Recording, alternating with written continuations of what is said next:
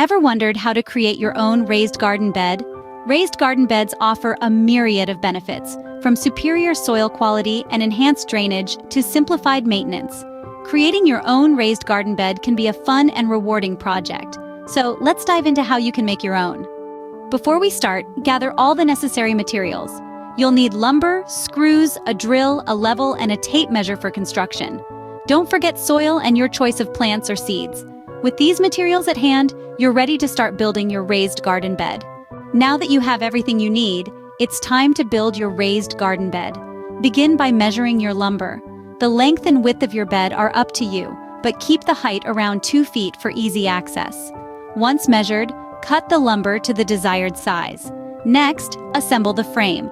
Align your boards at a 90-degree angle and secure them with screws, creating a sturdy box-like structure. Remember, the stronger the frame, the longer your garden bed will last.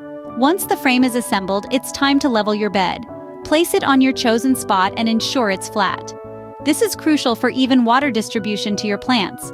Finally, fill your bed with a mix of topsoil and compost, providing a nutrient-rich environment for your plants.